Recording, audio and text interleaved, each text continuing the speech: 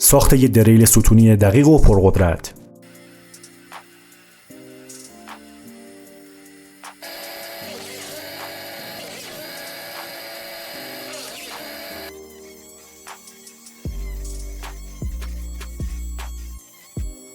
اینجوری میتونیم سرعتش رو کم و زیاد کنیم و با حداکثر قدرت ازش استفاده کنیم.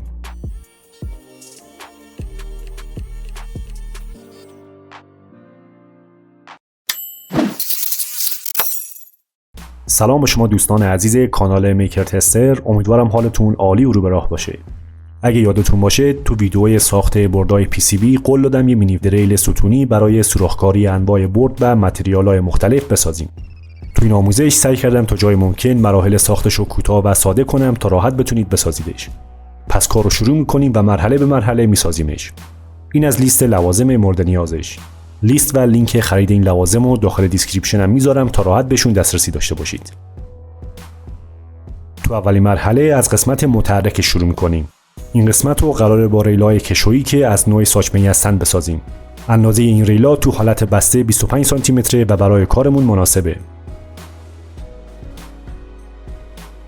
این ریلا رو قراره روی دو تا تخته که اندازه‌شون 40:9 ببندیم. پس تو اولین مرحله به این شکل از هم بازشون می‌کنیم.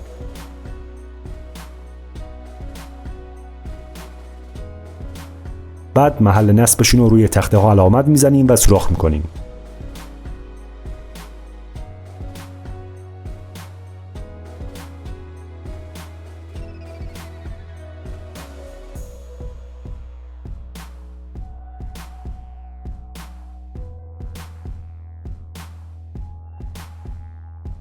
اگه دریل نداشتید میتونید از پیچ‌های سرمته‌ای هم استفاده کنید.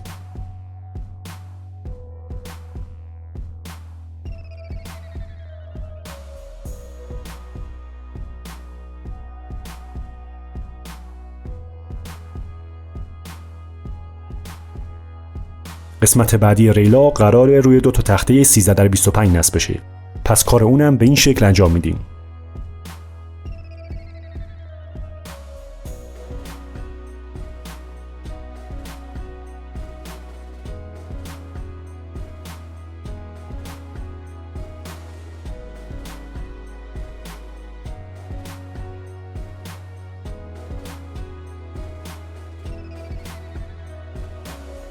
تو مرحله بعد قراره پایه ها روی تخته 40x16 نصب بشه.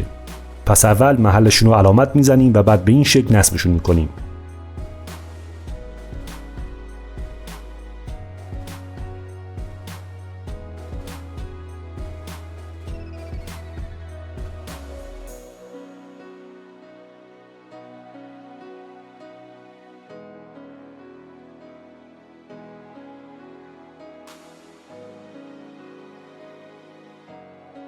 اول با چسب MDF پایه ها رو میچسبونیم تا تو محل دقیقشون قرار بگیرن و بعد با پیچ محکم کاریشون میکنیم. بهتره قبل بستن پیچ ها تخته ها رو با مته شماره 3 سوراخ کنیم تا از ترک خوردن احتمالیشون جلوگیری بشه.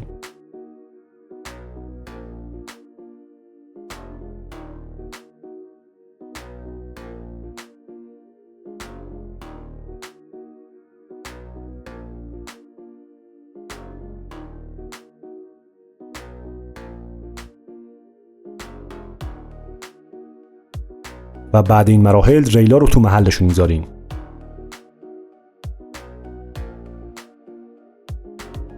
اینم از سرهم کردن ریلا. همینطور که میبینیم فاصله بین دو تا پایه ها حدود 10 سانتی متر و قسمت بالاشون هم 25 سانتی متره. پس با یه تخته 25x10 سانتی متری دو تا پایه ها رو به هم متصل میکنیم.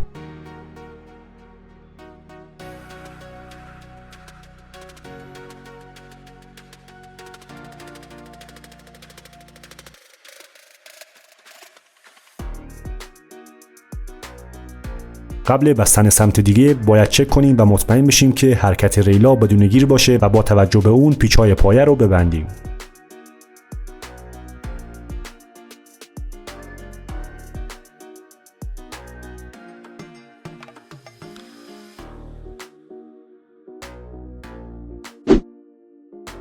تو مرحله بعد نوبت میرسه پایه متحرک رو روی تخته این شکلی ببندیم. پس بازم مثل قبل اول محل نصب و جا پیچاشو علامت میزنیم و بعد سوراخ‌کاری پیچاشو میبندیم.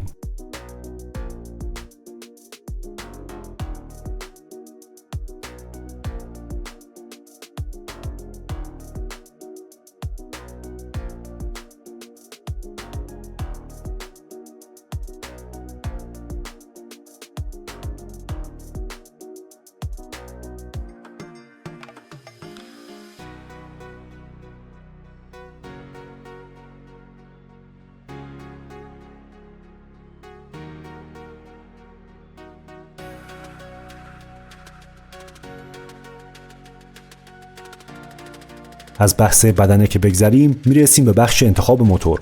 همینطور که میبینیم اینجا 3 نوع موتور مختلف داریم. این موتور ریزه میزه مدل RS 380. این موتور وسط هم RS 540 که اگه یادتون باشه باهاش فرز انگشتی ساختیم.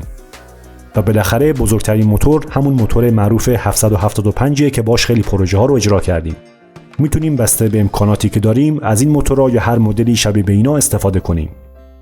فقط نکته مهمشون اینه که اندازه شفتشون باید با سه‌نظامی که خریداری میکنیم همخوانی داشته باشه. مثلا تو این نمونه از این مدل سه‌نظام‌های مینیاتوری که معمولاً با 5 تا سر ارائه میشه استفاده کردیم. موتور RS 385 سایز شفتش 2.3 میلیمتره. پس میتونیم از سه‌نظامایی با قطر شفت 2.3 میلیمتر استفاده کنیم. موتورهای متوسط مثل RS 540 یا 550 معمولا سایز شفتشون 3.2 و میشه از سه‌نظام‌های اتومات یا ساده با همین قطر استفاده کنیم. موتور 775 هم سایز شفتش 5 میلیمتره و در موردش تو ادامه بیشتر توضیح میدم. فرز انگشتی که با موتور 540 ساختیم سه‌نظامش از نوع معمولیه که میشه تا مته شماره 3 روش نصب کرد. این نوع سه‌نظام‌ها خوش قیمتن، اما ممکنه برای موتورهای بزرگتر و پرسرعت کمی دقتشون کمتر باشه. پس بهتره زمان نصبشون تا جایی که به بدنه موتور گیر نکنه پایین‌تر ببندیمشون تا زمان چرخش چالیشون کمتر بشه.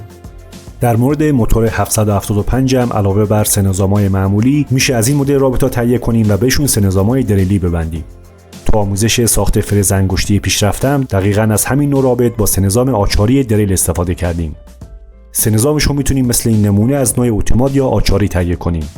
این سه‌نظام‌ها معمولاً تا سایز 10 ابزار میگیرن و دستمون بازتره. از اونجایی که بدنه دریل رو نسبتاً قوی میسازیم از موتور 775 استفاده میکنیم تا عملکرد بهتری داشته باشه. از بحث موتور و سه‌نظامش که بگذریم میرسیم به قسمت مهمش که همون مهار کردن موتوره. برای نصبشون هم میتونیم تو قسمت زیرینشون 2 تا واشر لاستیکی بزرگ یا فومی چیزی بذاریم. بعد با بستای لوله یا یه تکه ورق حلبی که میتونیم از انواع اسپری یا قوطی چیزی برش بزنیم محکم کاریشون کنیم، یا اینکه پایه‌های مخصوصشون رو تهیه و استفاده کنیم. در مورد موتور 775 معمولاً پایه‌های آمادهشون تو بازار هست و به لحاظ استقامت و کیفیت هم عالی‌ان. اگه به همراه موتور پایه‌شون هم تهیه کنیم خیلی عالی میشه، چرا که دقت و تمیزی کار رو خیلی بیشتر میکنه. پس تو ادامه با همین پایه و موتور 775 و رابط سه‌نظام کارش انجام میدیم. در مورد موتورهای کوچیک‌تر هم مشکلی نیست، فقط باید حواسمون باشه که اندازه شفتشون با سه‌نظامی که خریداری میکنیم همخوانی داشته باشه. تو ادامه بریم و کارش رو شروع کنیم. اینجا باید تکلیف نصب موتور رو مشخص کنیم. پس اول پیچ‌های رابط سه‌نظام رو سفتش میکنیم تا کارش تموم بشه.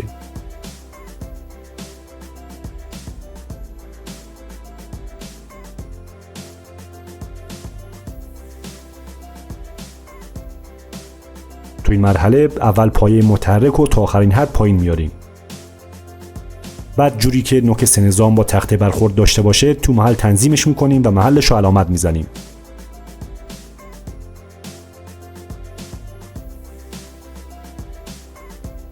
اینجا باید پایه رو تنظیم کنیم تا به سمت چپ و راست کج نباشه. پس اول یکی از جاپیچ‌ها رو علامت میزنیم و سوراخ میکنیم تا پایه ثابت بشه. و بعد اینکه دقیق تنظیمش کردیم جاپیچ‌های دیگر رو علامت میزنیم و سوراخ میکنیم.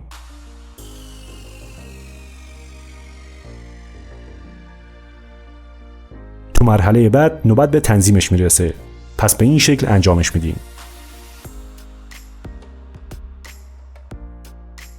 تنظیمش هم میتونیم با خطکش گونیا یا یه تخته که حالت 90 درجه و دقیق برش خورده باشه انجام بدیم.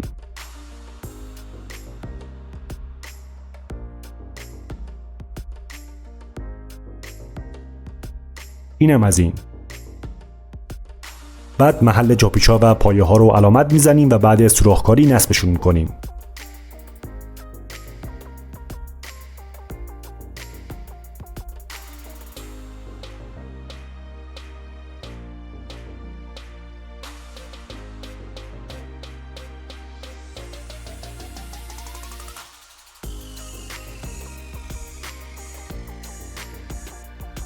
بهتره محل رد شدن سیمای موتور هم همین الان سوراخ کنیم.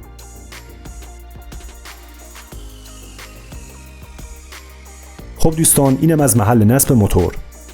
بهتره قبل سیمکشی و کارهای برقیش بدنه رو تکمیل کنیم تا ریخت و پاشش تموم بشه. تو این مرحله باید کاری کنیم تا حرکت ریلا حالت فنری انجام بشه. برای فنری کردنش هم روش‌های مختلفی وجود داره. روش سادهش استفاده از فنر اگزوز موتور هونداست که راحت میشه از لوازم یدکی‌ها تهیه‌اش کرد. کافیه فنر رو تو قسمت بالای بدنه و بعد قسمت متحرک پیچ کنیم و تمام. این فنرها به لحاظ قدرت و سفتی برای این کار خوبن و بهتره از این قوی‌تر نباشن. خودم ترجیح میدم از این مدل فنر که برای درای توری هست استفاده کنم. این فنرها به لحاظ قدرت و نرمی خیلی خوبن و راحت میشه از ابزار فروشی‌ها تهیه‌شون کرد. همچنین به همراه فنر قسمت مهار کردنشون هم وجود داره و میشه روی 3 حالت مختلف تنظیمش کرد. اینجوری میتونیم مقدار بالا یا پایین‌تر موندن بخش متحرک و مقدار شلی یا سفتی فنر رو راحت تنظیم کنیم. پس تو ادامه شروع میکنیم و به این شکل نصبش میکنیم.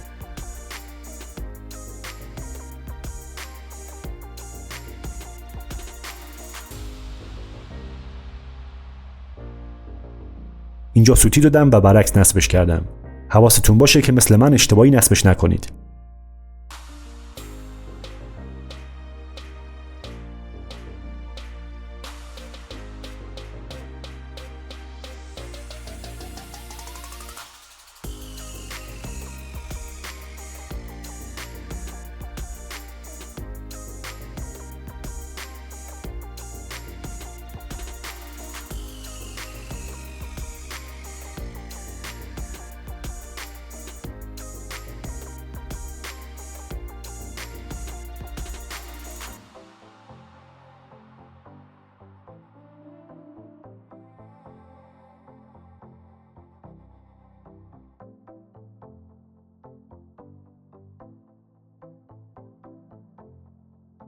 خب دوستان، اینم از نصب فنرش. همینطور که میبینیم عالی و مرتب کار میکنه. کار بخش فنریشو که تموم کردیم. تو قسمت بعد باید براش یه دسته بسازیم تا راحت بشه بخش متحرک رو حرکت بدیم. میشه تو یک سمت بدن یه دسته بذاریم. اما با خودم گفتم اگه تو هر دو سمتش دسته بذاریم و بعد به هم متصلشون کنیم میتونه بهتر باشه. چرا که فشار حالت هماهنگ از هر دو طرف وارد میشه و حین کار تسلط بیشتری داریم. دستگیره هاش هم با همین تخته های 25 در 2.5 سانتی متری میسازیم. برای شروع اول روی تخته فاصله های 2 و 10 سانتی متر رو علامت میزنیم و بعد سوراخ میکنیم.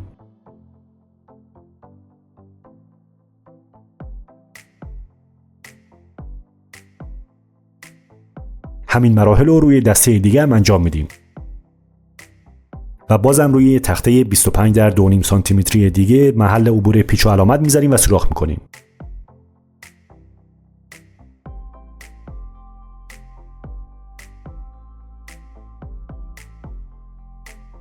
و بعد روی بدنه حدود 2.5 سانتی متر از کنار و 5 سانتی متر از بالا علامت میزنیم و مرزشون رو سوراخ میکنیم.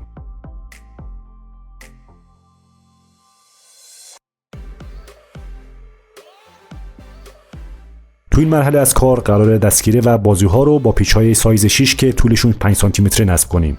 پس مراحلش رو به این شکل انجام میدیم. اول به پیچ یه واشر اضافه میکنیم.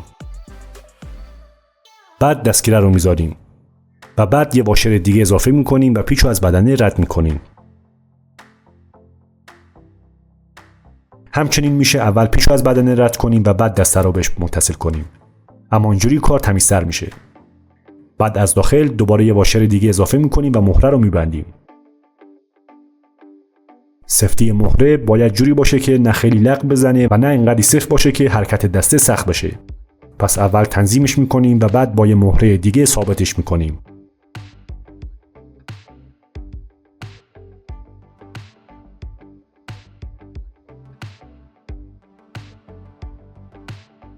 اگه نخواستیم مهره دومو ببندیم میتونیم با چسب MDF هم ثابتش کنیم.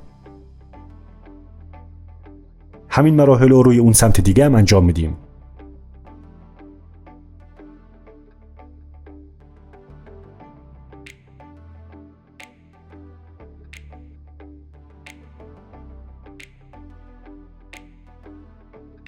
بعد میریم سراغ بازوها و دقیقاً مثل قبل با پیچ و واشر به دسته ها میبندیمشون.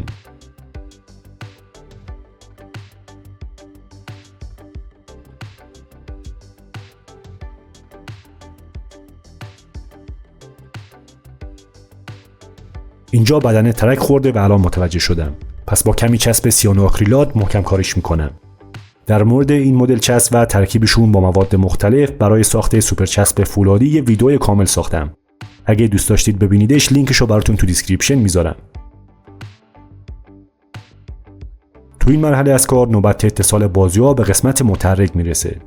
این بخشو باید جوری به بدنه ببندیم که دسته از حد مشخصی پایینتر نیاد. پس تو ادامه کارش انجام میدیم. اول دسته رو تو حالت مورد نظر تنظیم میکنیم و محلش رو روی بدنه علامت میزنیم.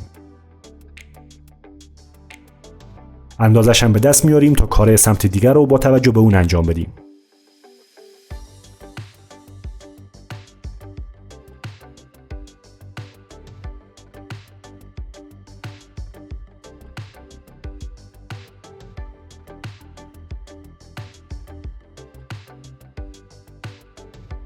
بین تخته بازو و بدنه به اندازه یه تخته دیگه فاصله وجود داره. پس تو ادامه به این شکل و با یه تخته دیگه این فضا رو پر میکنیم.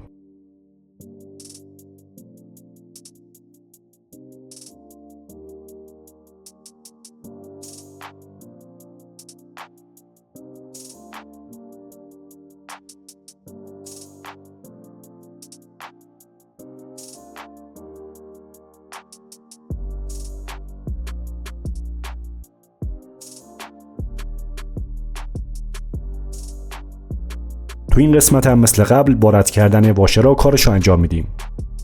فقط چون از قسمت داخل کمی محدودیت فضا داریم، مهره ها رو از قسمت جلو میبندیم تا دستمون بازتر باشه.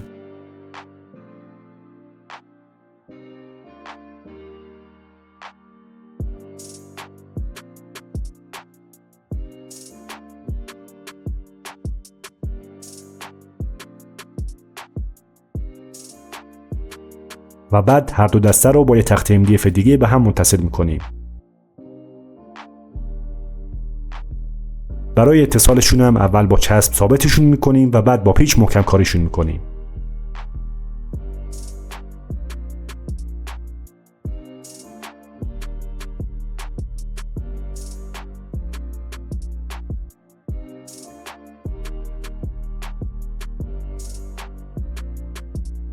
اینم از نصب دسته که عالی و مرتب کار میکنه. بعد باید برای قسمت زیرین یه پایه بسازیم تا کمی از زمین جدا باشه. اینجوری احتمال اینکه زمان سوراخکاری مته با زمین برخورد کنه خیلی کمتر میشه. پایه‌هاش هم با دو تا تخته که همسایز قسمت زیرینه و ارتفاعشون 8 سانتی متر میسازیم.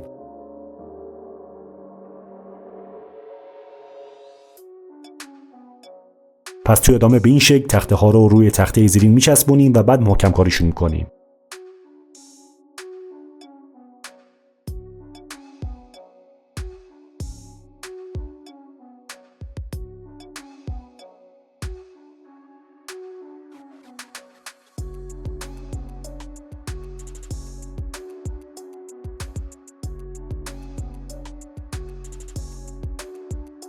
خب اینم از نصب پایه ها و محکم کاریشون. بریم یه مقدار رنگ کاریش کنیم تا ظاهرش بهتر بشه. تا رنگش خشک میشه بریم سراغ سیمکشی ها و کارهای الکتریکیش. برای تامین برقش میتونیم سه روش مختلف رو پیاده کنیم. حالت اول و سادهش استفاده از یک جک آداپتور و کلید راکره. با اتصال برق 12 الی 24 ولت به جک آداپتور و زدن کلید، موتور با حداکثر سرعت شروع به حرکت میکنه و میتونیم باش کار کنیم. حالت دومش بازم مثل قبله، اما بین کلید و موتور یه اسپید کنترل میذاریم تا سرعت موتور رو بتونیم کم و زیاد کنیم. تو این حالت با زدن کلید راکر اول برق ماژول تامین میشه و بعد از ماژول به موتور میرسه. تو ماژولا معمولا برق ورودی و خروجی مثبت حالت مشترک داره. پس اینجا برق مثبت رو به خروجیش متصل می‌کنیم تا همزمان برق مثبت ماژول و موتور با هم تامین بشه. برق منفی موتور هم حالت کنترل شده از ماژول بهش میرسه و موتور رو روشن میکنه. در مورد ماژول قبلا آموزش 0 تا 100 ساخت ماژول PWM یا همون کنترل سرعت موتور رو منتشر کردم. بعضی از دوستان تو کامنت ها نوشتن که وقتی میشه ماژول آماده تهیه کنیم چه کاریه که وقت بذاریم و بسازیمش.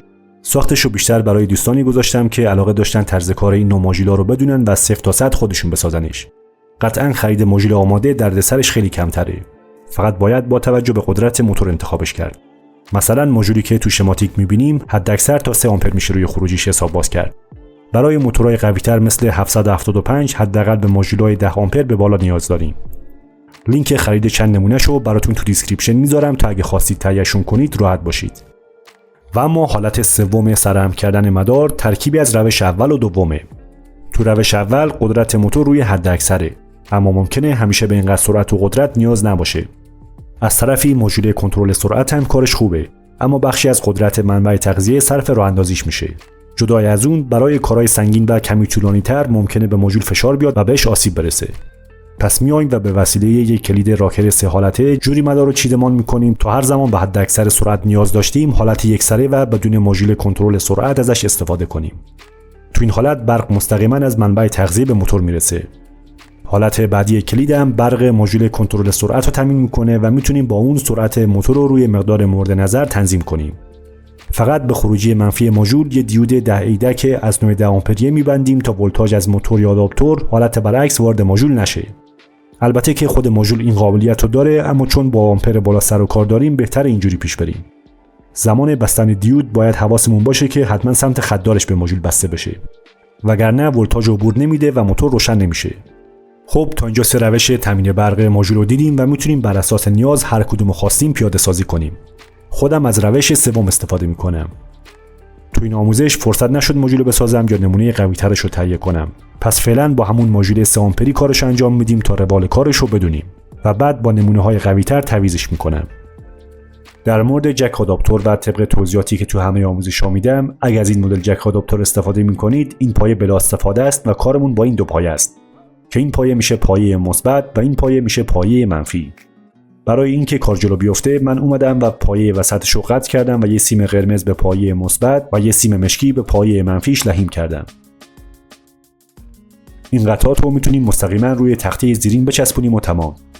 اما اینجا یه حرکتی میزنیم تا ظاهر کار حرفه‌ای‌تر بشه. تو ادامه قراره با یه تخته MDF 3 میل یه پنل درست کنیم و قطعات رو روش سوار کنیم. پس اول محل نصب قطعات و جاپیچا رو روی پنل علامت میزنیم و بعد با اره مویی یا تیغ کاتر درشون میاریم.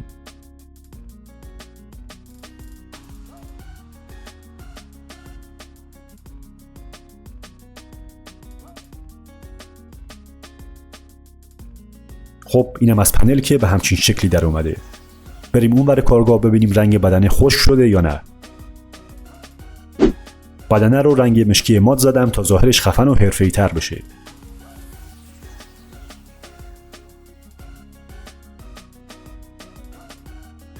راستی دوستان این همون ابزار برشیه که قبل این ویدیو ساختیم. کل قسمت‌های بدنه رو با همین ابزار برش زدم و خیلی کارو جلو انداخت. در مورد نصب پنل فکر می‌کنم اگه روی پایه‌ها نصب بشه بهتره. اینجوری دسترسی بهش خیلی راحت و سریع‌تره. البته جک آداپتور اگه روی پایه نصب بشه فکر می‌کنم سیمش کمی رو مخ باشه. به نظرم قسمت پشت بدنه میتونه بهترین قسمت واسه نصبش باشه. چرا که سیمش تو دید نیست و مزاحمتی هم نداره. برای نصب پنل هم یه تکه از پایه رو برش میدیم تا قطعات ازش رد بشن. پس بریم و کار رو جمعش کنیم. تو اولین مرحله محل نصب پنل و جاپیچاش رو علامت میزنیم و بعد درشون میاریم.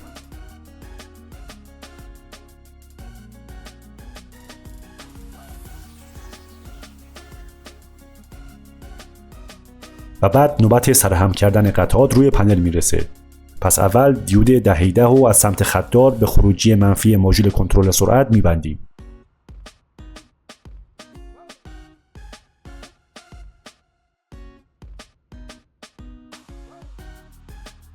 و بعد قطعات دیگر رو تو محلشون میذاریم و محکم کاریشون میکنیم.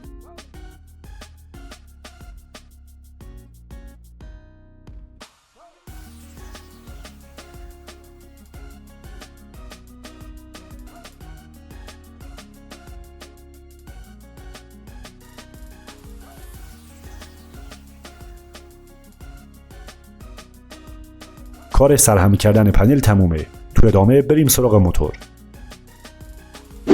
در مورد سیمای موتور مهمه که مثبت و منفیشون درست متصل بشه، چرا که جهت چرخشش بستگی به همین قضیه داره.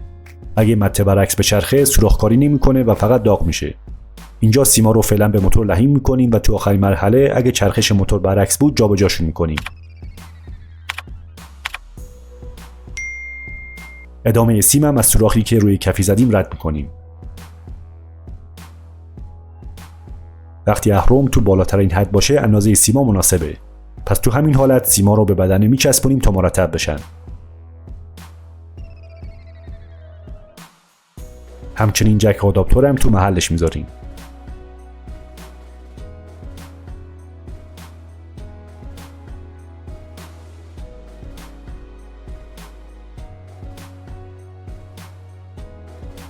خب تا اینجا دو زوج سیم داریم که یکی از موتور و یکی از جک آداپتور خارج شده. سیم مثبت جک آداپتور باید به سیم مثبت موتور متصل بشه. پس همین الان کارش انجام میدیم.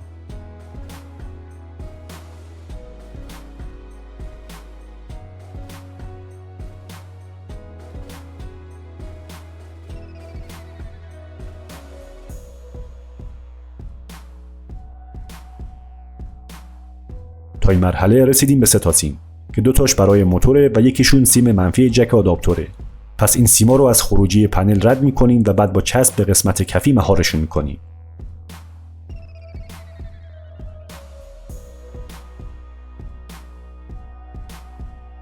تو ادامه سیم منفی جک آداپتور رو باید به پایه وسط کلید راکر متصل کنیم. پس کار اونم انجام میدیم.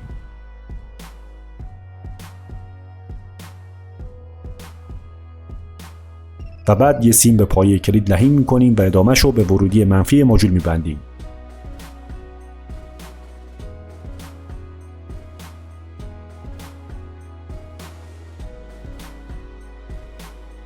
و بالاخره نوبت به سیمای موتور میرسه. سیم منفی موتور به پایه دیود لحیم میشه. همچنین از اون یکی پایه کلید هم یه سیم میاریم و به پایه دیود لحیم میکنیم. پس کار هر دوتا رو همین الان انجام میدیم.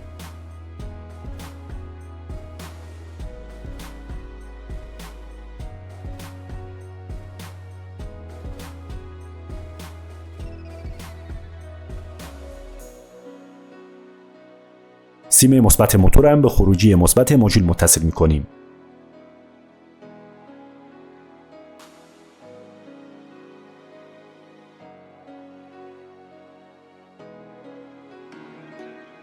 این هم از شماتیک کلی کاری که تا الان انجام دادیم.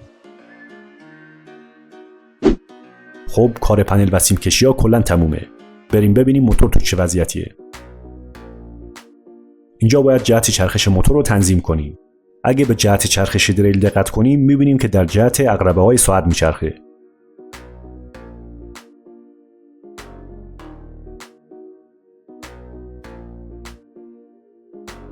اینجا چرخش موتور دقیقاً برعکس عقربه‌های ساعته. پس سیماشو جابجا می‌کنیم تا درست بشه.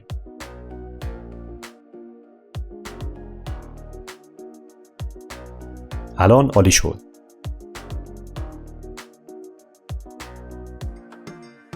بعد پیچای موتور و سه نظامش هم میبندیم تا کارش تموم بشه.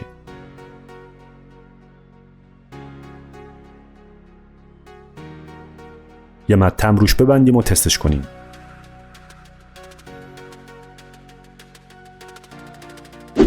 اینم از ظاهر تمام شده کارمون. سرعتش رو اول کاری روی کمترین مقدار تنظیم میکنم تا یک دفعه‌ای غافلگیرمون نکنه. قسمت رد شدن مته رو توی ادامه سوراخ میکنیم و بعد اون عملکرد دریل هم تست میگیریم. اگه تا اینجای کار از ویدیو خوشتون اومد دکمه لایک رو بزنید تا ازش حمایت بشه و خستگی کارم از تنمون در بره. جک آداپتور 12 ولتی رو بهش متصل کنیم و بریم برای تستش.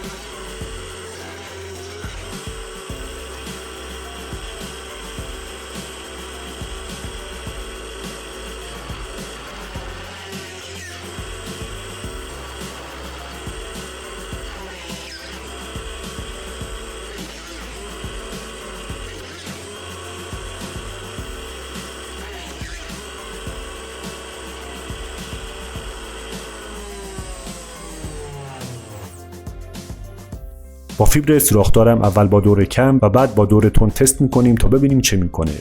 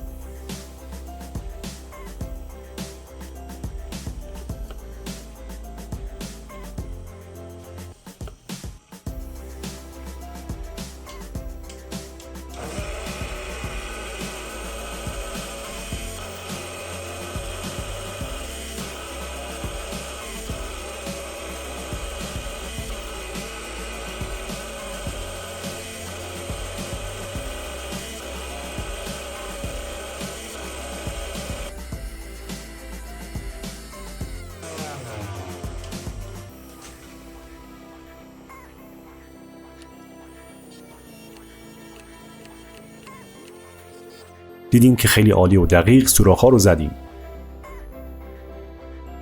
چند تا تست هم با ابزارهای مختلف بگیریم.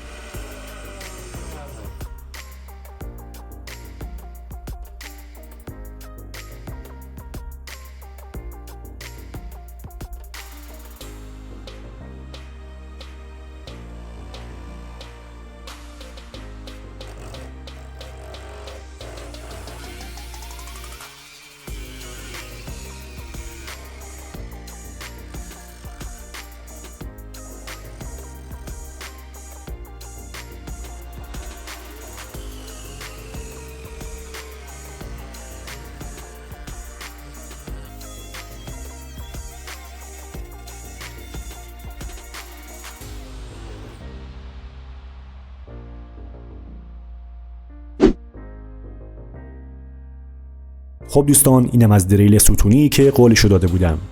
اشاره کنم که چون اینجا گیربکسی در کار نیست و فقط از قدرت موتور استفاده می‌کنیم، بهتره حین کار به موتور زمان بدیم تا خوب دور برداره. همچنین بهتره از آداپتورهای قوی مثل 12 الی 24 ولت و 10 آمپر به بالا استفاده کنیم تا قدرتش به حداکثر برسه. البته در مورد موتورهای ضعیف‌تر همون آداپتور 12 ولت با جریانی بین 5 الی 10 آمپر هم جواب میده. نکته بعدی سه نظام دریلی که روی دقت سوراخ‌کاری خیلی تاثیر میذاره.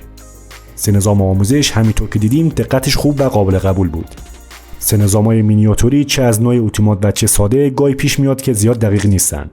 پس بهتره سه نظامو تا آخرین حدی که به موتور گیر نکنه روی شف بذاریم و سعی کنیم از مته‌های کوتاه‌تر استفاده کنیم تا زمان چرخش کمترین مقدار تاب و لنگو داشته باشه. این دریل رو سعی کردم حالت ساده‌تر بسازم تا ساختش برای شما دوستان عزیز راحت باشه. قطعاً با قطعات پیشرفته و قوی‌تر کار حرفه‌ای‌تر میشه. تو آینده بازم نمونه‌های حرفه‌ای‌تر و دقیق‌ترش رو حتماً میسازم. پس اگه هنوز عضو این کانال نشدید، کافیه دکمه سابسکرایب رو بزنید تا به جمع دوستانه ما بپیوندید و ویدیوهای آینده رو از دست ندید. همچنین اگه این ویدیو براتون مفید بود، دکمه لایک رو بزنید تا ازش حمایت بشه و خستگی کارم از تنمون در بره. پیشاپیش از لطف و حمایتتون تشکر میکنم. آموزش ساخت فرز انگشتی فول آپشن رو قبل این ویدیو منتشر کردم و چیز جالبی از کار در اومده. اگه دوست داشتید میتونید از طریق این لینک ببینیدش. همچنین با موتور 775 مینی فرز خوش دست و جمع جور ساختم که اونم باحال شده. اگه دوست داشتید میتونید اونم ببینید. تا ویدیوی بعدی خلاق و موفق باشید.